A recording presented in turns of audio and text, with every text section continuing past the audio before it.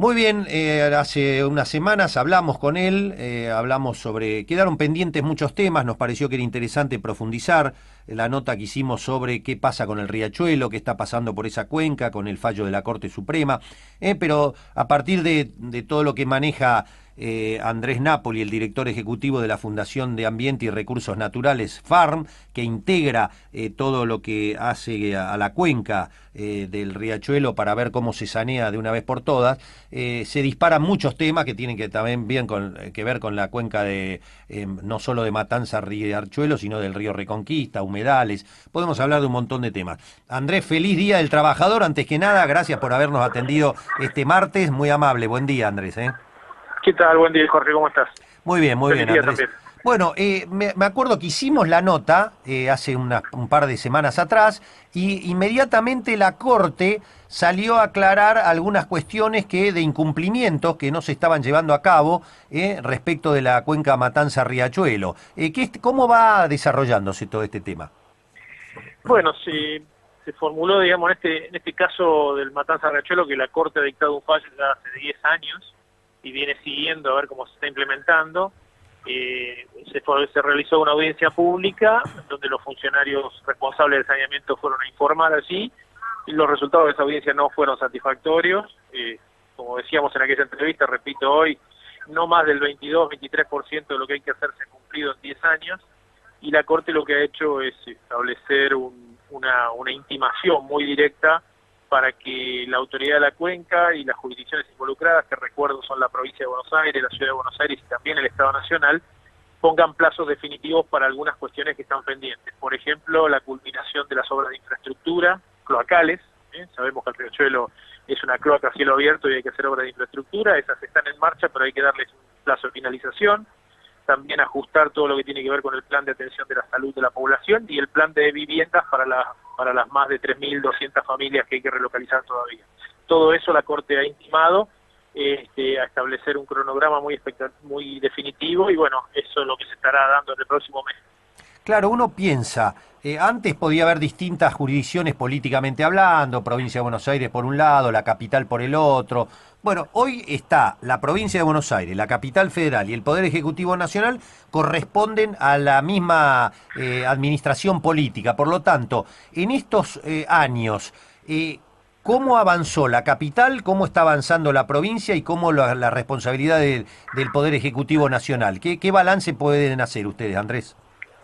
Y en términos generales nosotros vemos que no ha variado significativamente, es decir, lo que era la época del gobierno anterior, bajo la presidencia de Cristina Kirchner, ya desde el año 2012, 2013 la cosa había empezado a descender en cuanto a la gestión, estaba muy amesetada, y este gobierno con los mismos colores políticos lamentablemente no lo ha mejorado. Eso nos lleva a concluir que hay un problema de voluntad política bastante fuerte, es decir, no se evidencia una decisión de llevar adelante este plan de saneamiento. Por eso es que es muy importante que la Corte Suprema ya empiece a llamarle la atención a los máximos responsables de cada jurisdicción, ¿no es cierto?, no a funcionarios de organismos intermedios. Ah, Porque acá, claro. digamos, lo que está pasando es que esto no es en vano, digamos, esto sale mucho dinero. Por año, presupuestariamente, la autoridad de la cuenca sale 500, 600 millones de pesos, hay mucha obra, hay muchas cosas que se inician y se dejan de hacer, entonces todo eso les cuesta al presupuesto nacional y es importante que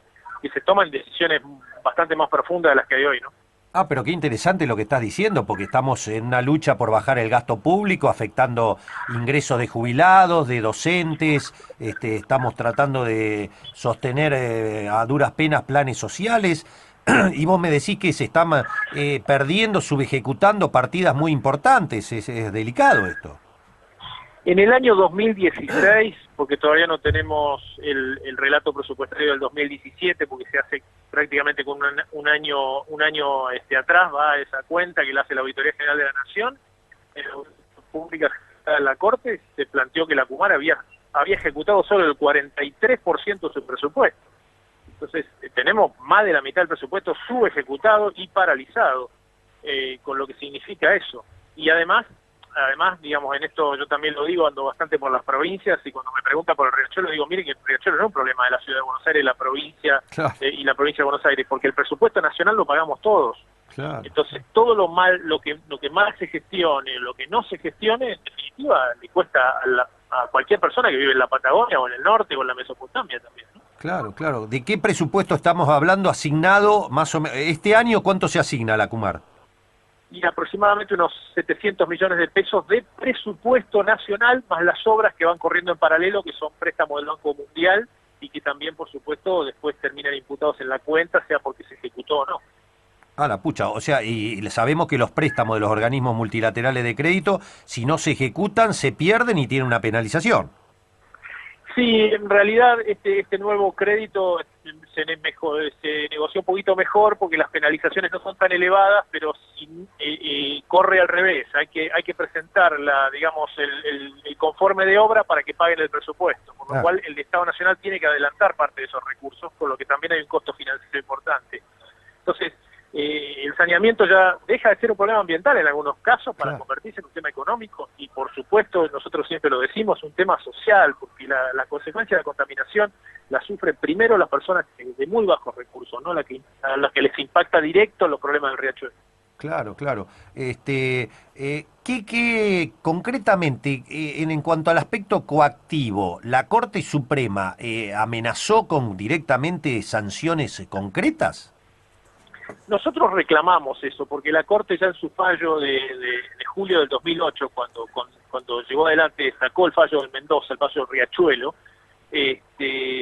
lo que planteó es la posibilidad de imponer sanciones a los funcionarios. De hecho, las sanciones fueron impuestas en el año 2010 y 2011 a varios funcionarios que incumplieron, incluyeron también a dos intendentes del conurbano bonaerense, en ese momento el intendente de Lanús y el intendente de Loma de Zamora, que sufrieron esas sanciones. Y nosotros creemos que ahora ya estamos en condiciones de que la Corte vuelva a imponer esas multas, porque son multas personales a los funcionarios y esas multas duelen. Y ahí es donde la Corte creo que debería ya poner firme, porque estamos a 10 años del fallo. Sí, la verdad que sí. Y Andrés, concretamente, cuál dirías que en Ciudad de Buenos Aires, provincia y Estado Nacional, si corresponde, no, para no complicarte demasiado, una función ya perentoria que cada una de esas jurisdicciones tendría que hacer? Nosotros creemos que, en primer lugar, digamos, la ciudad de Buenos Aires tiene algunas cosas que las hace bastante bien, como por ejemplo la limpieza de los márgenes, pero tiene que avanzar mucho más en los planes de relocalización de viviendas. La mayor parte de la población que tiene que ser relocalizada está en el lado de la ciudad de Buenos Aires, y sobre todo en lugares bastante críticos como la Villa 21-24, en donde el plan de relocalización está muy atrasado. Ah, mira vos. En lo que hace en lo que hace a la provincia de Buenos Aires, yo diría que la provincia brilla por su ausencia, digamos que es alguien que está absolutamente lejano a todo lo que pasa en el saneamiento del Matanza Riachuelo, y te voy a dar un dato que lo fue revelador en la audiencia de la Corte. La persona que representó a la provincia de Buenos Aires en la audiencia de la Corte fue una asesora de un subsecretario. A tal nivel fue la situación que la Corte ni siquiera la dejó hablar en la audiencia y dijo que por favor la provincia debía ser representada de otra forma. Así que está muy lejana el tema. Y en tercer lugar, bueno, el Estado Nacional tiene a su cargo soportar esto presupuestariamente, pero me parece que siendo una voz muy fuerte debería ajustar la cosa políticamente para que los planes se lleven adelante. Así que la ciudad de Buenos Aires es el distrito de lo que significa la cuenca, de que mayor población tiene para relocalizar. Claro, exactamente, porque la población en la provincia de Buenos Aires que tiene que ser relocalizada, que está en el borde del río, a más de 35 metros, ya avanzó en esa relocalización, porque la provincia no tiene el problema que tiene la ciudad. La provincia tiene tierras, la ciudad no tiene tierra, no dispone de muchas tierras. Entonces los trabajos de relocalización son mucho más complejos, pero requieren también, por supuesto, impulso de parte del Estado, que muchas veces no ocurre. O sea, ustedes como estudiosos desde el FARM saben que la ciudad podría tener disponibilidad de tierra para relocalizar. La ciudad tiene disponibilidad de tierra. ¿Y entonces por qué no lo hace? En muchos casos, bueno, porque se entra en mesas de diálogo con los vecinos, y en muchos casos la ciudad no está dispuesta a poner las tierras que los vecinos están pidiendo, que son necesariamente las que están cerca de los lugares donde viven, porque si yo tengo una persona que vive en la Villa 21-24 y la quiero relocalizar en el otro extremo de la ciudad, lo que hago es rompo un círculo muy, muy importante, sobre todo de gente que vive en asentamientos precarios, poblacionales como villas, que son comunidades que son gregarias, es decir, viven con la familia, unos cuidan los hijos a los otros, esas cosas no se pueden romper de un sablazo, digamos. Hay todo un proceso de relocalización que hacer y bueno, es dificultoso, pero hay que poner recursos atrás de eso. Claro, claro. Bien, y te aprovecho, estamos hablando con el doctor Andrés Napoli, director ejecutivo de la Fundación del Ambiente y los Recursos Humanos Naturales. Naturales, FARM, la reconocida FARM. Te aprovecho, Andrés, y gracias por atendernos en este día, para preguntarte sobre otro tema, otra cuenca muy importante de la cual se habla poco y que tiene derivaciones impresionantes. Te pido una breve pausa y te pregunto sobre la cuenca del río Reconquista, ¿puede ser? Sí, claro. Gracias, Andrés. Seguimos con el doctor Andrés Napoli, director ejecutivo de la Fundación FARM. Andrés, nos había quedado, hablamos de todo lo que es Cuenca Matanza Riachuelo, todos los condimentos y todo lo que está pasando, pero te pregunto sobre el río Reconquista, porque yo a la tarde estoy en la radio de la Universidad Nacional de La Matanza, que llega a todo el oeste, y Morón, Merlo, toda la zona, y no sabés las quejas que tengo permanentemente, donde uno ve que la ineficiencia en muchos casos de la política, sea del gobierno que sea, hablás con los vecinos cuando va el móvil, barrio Palangana, el barrio de qué sé yo, bueno, los barrios que hay allá en el oeste, le preguntás a esa pobre gente, y hace 40 años que se inundan, que llueve, caen más de 20 milímetros, se inunda todo, se desbordan determinados arroyos, y todo tiene que ver con una falta de planificación de toda esa zona, arroyos y napas que hay que entubar y nunca se hace nada. ¿Cómo están viendo ustedes ese complejo del río Reconquista? Bueno, situación de Reconquista, yo diría que si hablamos que el riachuelo tiene problemas porque la gestión no funciona, el Reconquista está antes que eso, es decir, es el riachuelo hace 30 años atrás, es el riachuelo desatendido, tiene yo diría que prácticamente las mismas condiciones desde el punto de vista de lo que son las fuentes de contaminación. Ahí vos tenés gran cantidad de industrias que no son controladas, tenés basurales, como inclusive tenés el más grande relleno sanitario que pasa exactamente por el borde, que es el Seamse, y tenés además basurales a cielo abierto en casi todos los lugares, hablando fundamentalmente ahí en la zona de José León Suárez, para arriba. Lo que pidamos, hay cantidad de basurales a cielo abierto, ahí no hay planificación y no hay, lamentablemente, intervención de la justicia como tuvo el riachuelo. Sí, es Entonces, cierto. esto está librado un poco a lo que pasa en la provincia de Buenos Aires, y hasta ahora la provincia de Buenos Aires no ha podido avanzar en un plan de saneamiento de Reconquista. Ha anunciado un crédito del Banco Interamericano de Desarrollo para llevar adelante eso, constituyó una autoridad de cuenca del Reconquista que se llama el Comirrec, y después descabezó esa autoridad de cuenca y ahora ha puesto a otro titular a su cabeza, pero lo que no se logra ahí es establecer un plan realmente de obras destinado al saneamiento. Hay algunas obras previstas, pero que en realidad no tiene ni quien lo audite, ni quien lo controle, ni además quien lo demande, porque en verdad las organizaciones trabajan, digamos, sectorialmente y no hay un espacio de organización como hay en el riachuelo para demandar ese saneamiento. Por eso es que siempre quisimos que, de alguna forma, siendo una cuenca tan crítica en el área metropolitana de Buenos Aires, tuviera de alguna forma una especie de andamiaje judicial que la ayudara por lo menos a iniciar, que es lo que ha tenido el riachuelo. Y hasta ahora, bueno, lamentablemente no se ha podido llevar adelante porque inclusive la Corte en su momento rechazó un caso judicial diciendo que eso no correspondía a la competencia de la Corte por ser de la provincia de Buenos Aires. Ah, correcto. Para dar idea del impacto socioeconómico del tema, ¿cuánta población está a los márgenes y que tiene que ver contacto directo con la cuenca Reconquista? Bueno, a diferencia del riachuelo, esa cuenca no tiene información fehaciente. Claro. Nosotros tenemos información por lo que hacen los investigadores y por una cantidad de fuentes que se llaman secundarias o indirectas, pero no hay fuente directa.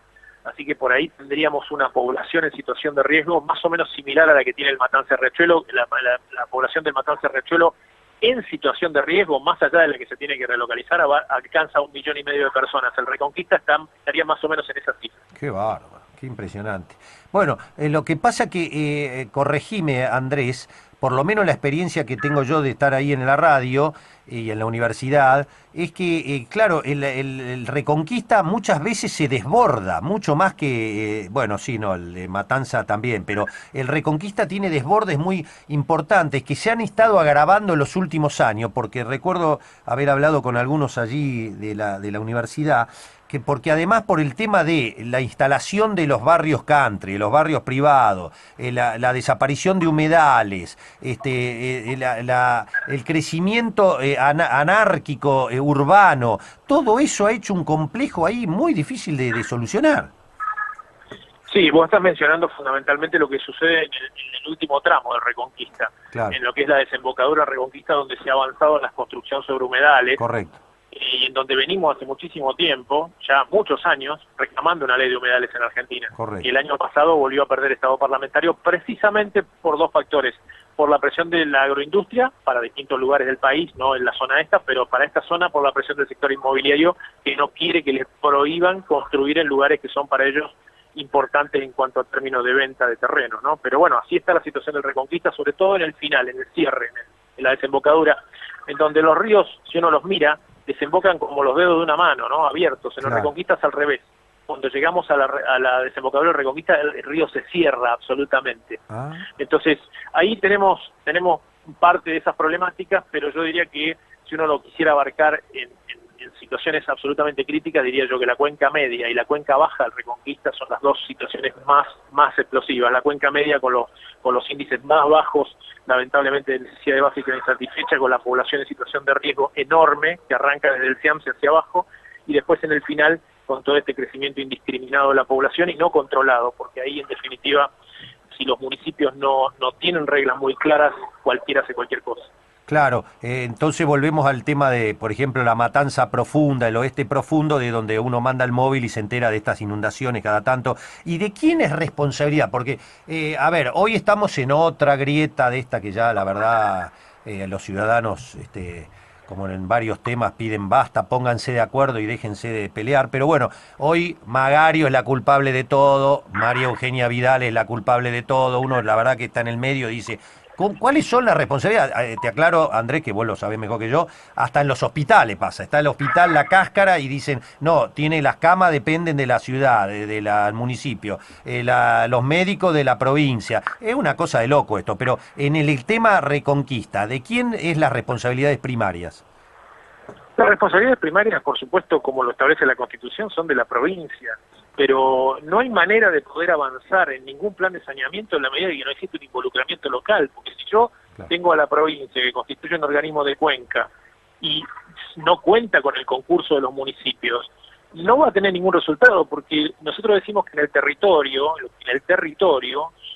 es donde pasan las cosas todos los días. Claro. Si yo tengo una provincia que no se sienta con el municipio y quiere trabajar sobre un territorio, no va a lograr resultados. Entonces, las decisiones son trabajar en conjunto, establecer organismos de cuenca que tengan autoridad, que tengan capacidad para planificar y para ejecutar obras, y en conjunto con los municipios y con la participación de casi toda la sociedad civil, que está en este sentido muy dispuesta. En el área de Reconquista hay mucho, pues se pueden avanzar en planes escalonados. Ahora, en la situación anárquica en la que hay hoy, el Reconquista, y bueno, va a seguir siendo el Riachuelo hace 40 años. En los últimos 30, desde la democracia contemporánea, del 83 para acá, ¿podrías definir, de acuerdo a la experiencia, las peores gestiones? ¿Cuáles son los peores momentos para el medio ambiente, para todo este tipo de complejos? Es difícil, pero bueno, ya casi es un hecho repetitivo decir que la época de Menem con María Julia Zogaray fue catastrófica para el ambiente, ¿no? Es decir, ella habla por sí misma. Después, lo que yo diría que hay una característica es que el ambiente es algo que está en un lugar muy atrás en la agenda pública, y esto te lo definimos en una sola cuestión. Si uno mira a quién nombran como ministro de Energía, a quién nombra como ministro de Agricultura o a quién nombra como ministro de Economía, vamos a ver que es alguien que está experto en la materia. Claro. En el ambiente habla por sí mismo, nombran al que no le quedó dónde caer. Entonces eso nos está hablando del lugar en el que ponen el tema. Pero eso es erróneo, porque el ambiente no es un problema, digamos, decorativo, o es un problema de carácter, como te diría, de preservar un área verde. El ambiente es una problemática social, y que en países como los nuestros, en el área metropolitana de Buenos Aires, el ambiente perfora a los sectores más bajos de la población, los que menores posibilidades tienen, los que sufren el ambiente, porque yo tengo un amigo que dice el ambiente lo disfrutan los ricos y lo sufren los pobres. Es verdad, las consecuencias ambientales las sufren siempre la gente que no tiene recursos. Claro. Y hasta que no entendamos eso, vamos a estar haciendo, digamos, parches o decoraciones con el ambiente, o disfrazándonos de planta, o haciendo cosas que no corresponden. Y la verdad es que hay que tomar al ambiente como una política realmente de Estado, donde en la cuestión social es la primera, y eso todavía está esperando su lugar, ¿no? Y desde el FARM, siendo vos el director ejecutivo, ¿cómo tomaron el fracaso de la ley de basura cero y la posibilidad de volver a incinerar en la ciudad de Buenos Aires? Bueno, exactamente como eso, como un fracaso. Estamos en este tiempo, en esta semana se va a tratar en la legislatura de la Ciudad de Buenos Aires el proyecto que va a remover la prohibición de incinerar y va a habilitar la incineración como si fuera una algarabía, como si fuera la solución a todos los problemas. Y la verdad es que eso lo que se está mostrando es que en 12 años que tiene de vigencia la ley de basura cero no se ha podido, poner en marcha una política de gestión integral de residuos que, por un lado, disminuya la cantidad de residuos que van al FEAMSE, porque de eso se trata, pero que no lo haga a costa de la incineración, que genera verdadero impacto en la población y que además va a afectar también a un grupo muy importante de personas, que son las cooperativas de recuperadores urbanos. Hoy hay 5.300 personas que trabajan en las cooperativas. Y si nosotros vamos a incinerar los residuos, vamos a generar muchísimo más espacio para la desocupación y el no trabajo. Entonces, qué tema, hay que apostar a una gestión integral de residuos. No hay soluciones mágicas para estas cosas, por más que algunos crean que sí. La tecnología hasta acá no ha demostrado ser una solución mágica para nada, y no lo va a demostrar en la basura, lamentablemente. Ahora, Andrés, todo parece indicar que el gobierno de Rodríguez Larreta tiene todos los votos para votar lo que quiera en la legislatura, me parece, ¿no? Sí, estamos participando en ese proceso, y así como tiene todos los votos, no tiene un solo legislador que sea capaz de defender la propuesta. Es decir, si algo ha caracterizado este proyecto, la presentación de este proyecto a la legislatura, es la falta de información, la ausencia de una persona siquiera que defienda el proyecto. Y la semana pasada que estuvimos en la comisión de la legislatura, donde se trató el dictamen, no hubo un solo legislador que lo defendiera. De hecho, la coalición cívica, que es aliado del PRO, ¿sí?, dijo que el proyecto enviado por el Ejecutivo era casi vergonzoso y que había que cambiarle alguna parte.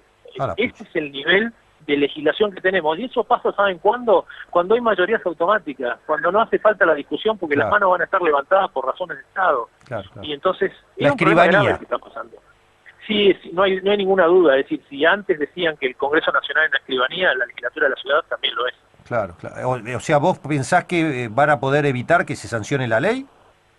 Nosotros estamos haciendo todo lo posible por evitar que se sancione la ley, por evitar la termovalorización de residuos como está planteada, por modificar esa norma, y vamos a hacer lo que sea, está a nuestro alcance. De hecho, todo el sector de cooperativas de recicladores y recuperadores urbanos están en esa misma situación, todas las organizaciones no gubernamentales, y bueno, seguiremos haciendo lo que esté a nuestro alcance. Nosotros hemos emitido un documento, FARM ha emitido un documento hace muy pocos días, hacemos todo lo que está a nuestro alcance. Sí, porque para que lo entienda la oyente o el oyente que no tiene por qué saber de estos temas, incluso es medio de cumplimiento imposible, porque ¿cómo van a hacer con los edificios nuevos, para poner otra vez los incineradores? ¿Cómo sería? No, el sistema es diferente, ya no es más un sistema de incineración individual. Ya lo que va a haber son grandes mega incineradores donde se va a llevar toda la basura que nosotros decimos la única basura que se debería reciclar es lo que se denominan los residuos húmedos, porque todo lo demás es pasible de ser reciclado y no debería ser incinerado. Bien. Entonces esos incineradores van a estar situados en varios lugares, uno en la ciudad de Buenos Aires, y a partir de ahí, bueno, se dice que se genera energía. Pero bueno, esto que es un título que suena muy interesante, este es el primer capítulo, porque la energía, el incinerador sale $500 millones construirlo, y después generar energía también es caro, porque en comparación con energías renovables que salen $50 el megawatt, estas energías cuestan arriba de $165 el megawatt. Entonces, pongo un elemento más, venimos discutiendo tarifas en este momento. ¿Quién va a pagar la brecha entre 50 y $165? La pucha. Y la experiencia mundial desde el gobierno de la ciudad alegan que es exitosa. Del lado de ustedes tengo entendido que no es tan exitosa la experiencia mundial. La experiencia mundial en Europa demuestra que esto funciona en Europa, con los controles de Europa y con los sistemas de emisiones que hay en Europa. Pero, no se puede trasladar la tecnología en un salto de un país al otro como si nada pasara. Inclusive Europa ya ha recorrido un camino, y el año pasado, a fines del año pasado, el Parlamento Europeo ha recomendado ya no seguir adelante con los procesos de incineración detener la construcción de nuevos incineradores y quitar los subsidios estatales al funcionamiento, porque es un sistema que atenta con lo que ellos denominan la economía circular. Es decir, la posibilidad de que los recursos vuelvan a la economía sin ser incinerados o desaparecidos de esta forma. Así que no es fácil trasladar estos debates y mucho menos trasladarlos si no hay una discusión seria atrás, que es lo que no está dando el gobierno de la Ciudad de Buenos Aires. Entonces nos quedamos con los títulos nomás, ¿no? Bien, bueno, y lo último, una pregunta que por supuesto quedás liberado de contestarla, simplemente que me imagino la conmoción en el sector tuyo, no, si tenés, realmente te produjo una sorpresa desagradable todo lo que pasó con el titular de Greenpeace y estas acusaciones que tiene. Sí, por supuesto, es una cuestión que nos conmueve a todos porque nosotros decimos que no es posible abrazar causas como la que tenemos nosotros, que son los temas ambientales, sin basarlo en el máximo respeto por los derechos humanos, que incluye, por supuesto, la no discriminación. Así que lo que nosotros planteamos, más allá de lo que suceda en realidad, en el fondo de esto, que es un tema que Greenpeace tendrá que analizar, es que finalmente se investigue profunda e independientemente esto y se llegue a una conclusión. Porque la verdad que cuando existen este tipo de denuncias hay que atenderlas inmediatamente y directamente, y además sin victimizar de nuevo a las personas que plantean este tipo de cuestiones. Nosotros estamos preocupados por eso y esperemos que se pueda resolver en corto plazo. ¿Fue una sorpresa o ya había algún run respecto de esto? Bueno, las denuncias están hace mucho, la magnitud se cobró últimamente, así que como todos nos hemos enterado por la misma forma. Andrés, sos muy amable, gracias por habernos atendido, por esclarecernos sobre estos temas. Vamos a seguir en contacto porque el tema de la Ciudad de Buenos Aires es muy importante y vamos a seguir con los otros temas que son muy profundos. Muchas gracias, feliz Día del Trabajador, Andrés, gracias. Muchas gracias, feliz Día del Trabajador para vos y toda tu audiencia. Gracias. Andrés Napoli, el doctor Andrés Napoli es el director ejecutivo de la Fundación de Ambiente y Recursos Naturales, la reconocida FARM, hablando de todos estos temas que, como dice el doctor Napoli, ¿no? Parecen lejanos, parece que no nos afectan o que no impactan directamente, pero ustedes verán que tienen una trascendencia y también unos negocios que se las traen.